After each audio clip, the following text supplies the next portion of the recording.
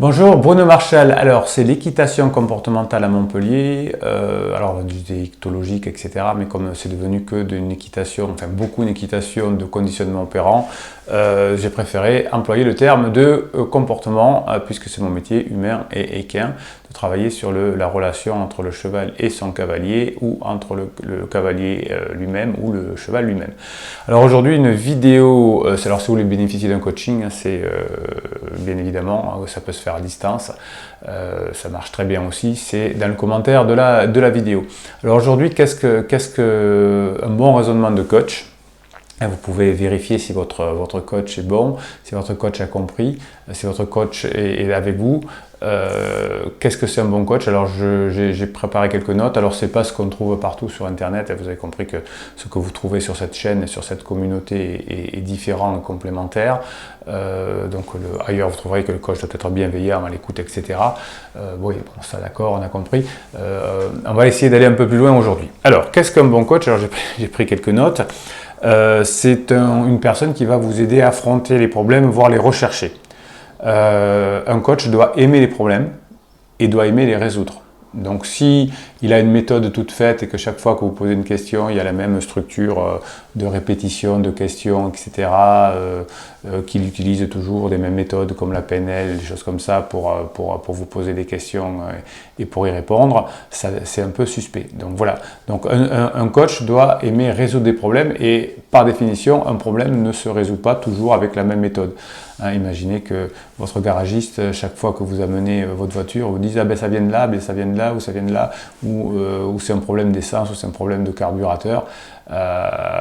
Non, quand on est coach humain, quand on est coach équin, eh bien on doit aimer les cas difficiles et c'est ce qui nous fait progresser et qui vous permet de donner ensuite des solutions à vos clients le plus rapidement possible.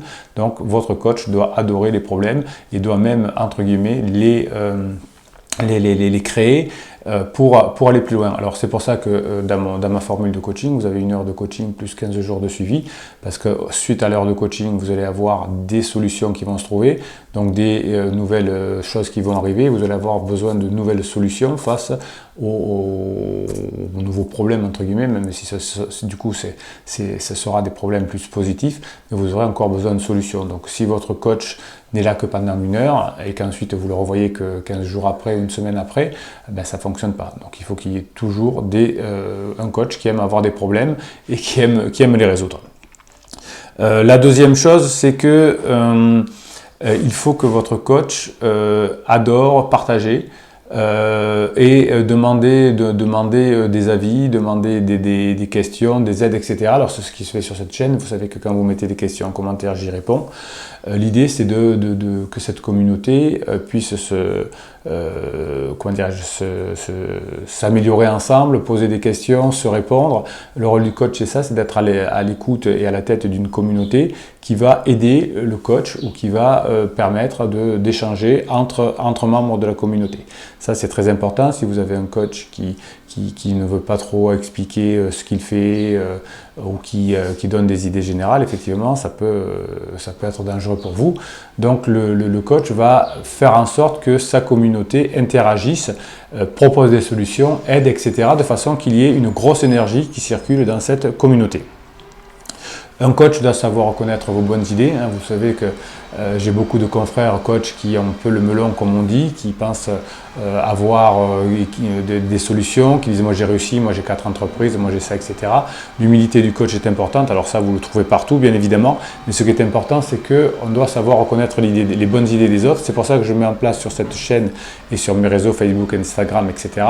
Les moyens que vous donniez vos idées, que vous expliquiez ce que vous avez fait, que vous partagiez vos expériences, parce que ça, c'est très important.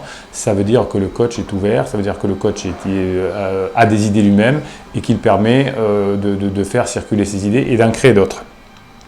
Et enfin, pour moi, le coach, enfin en tout cas, c'est comment je fonctionne en tout cas, et comment j'ai vu que ça marche bien depuis 1999, c'est que le coach va faire plus simple, plus efficace quand il y a des mots compliqués, quand il y a des méthodes, quand il y a des questions saugrenues, quand ça dure trop longtemps, c'est que ça ne marche pas.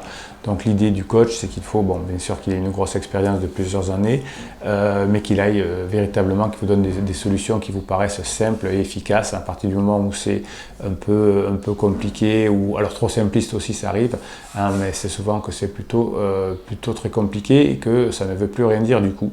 Donc voilà, cette communauté autour du coach est importante. Si le coach n'a pas une communauté, s'il n'y a pas des choses, s'il n'y a pas des questions, s'il n'y a pas des réponses, s'il n'y a pas des partages d'expérience, eh bien ça veut dire que le coach ne se nourrit pas et va rester sur une formation initiale. Il y a plein de méthodes de coaching, hein, et certains coachs d'ailleurs se gargarisent d'être certifiés en une méthode ou une autre.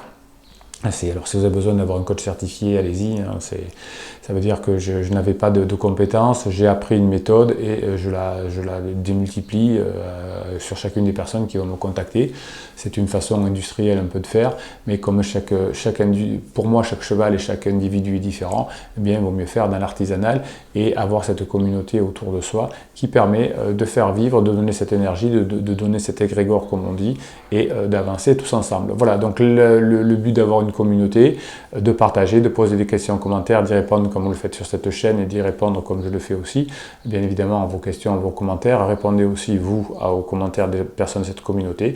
Et là, ensemble, on va faire des choses à peu près géniales puisque chacun dans son coin a des bonnes idées, chacun dans son coin a des expériences et c'est pas un seul homme qui va pouvoir révolutionner la société, c'est pas mon but d'ailleurs, mais c'est ensemble que dans cette communauté que l'on va s'améliorer chacun à notre niveau en partageant nos expériences. Et ça, c'est l'humilité du coach que l'on ne voit pas trop souvent malheureusement. Voilà mon idée sur cette vidéo, c'est qu'est-ce qu'un coach, comment doit-il fonctionner et du coup vous aurez compris comment je fonctionne. Donc si vous avez besoin de vous faire aider, d'avoir des échanges d'idées, si vous avez besoin de savoir ce qui va vraiment fonctionner pour vous, pour votre cheval, etc., eh bien prenez un coach qui a une communauté et qui fait partager sa communauté et qui n'a pas une seule méthode, qu'il applique à la lettre. Voilà. Donc c'était la petite réflexion du jour. Je vous dis à très bientôt. Partagez cette vidéo si vous voulez, comme d'habitude, que la communauté réagisse. Posez vos questions. Abonnez-vous pour avoir droit à, enfin pour pouvoir voir au post, pour pouvoir voir. Je vais y arriver. Bruno, pour pouvoir voir les posts que je vous mets presque tous les jours sur cette chaîne YouTube. Et je vous dis à très bientôt.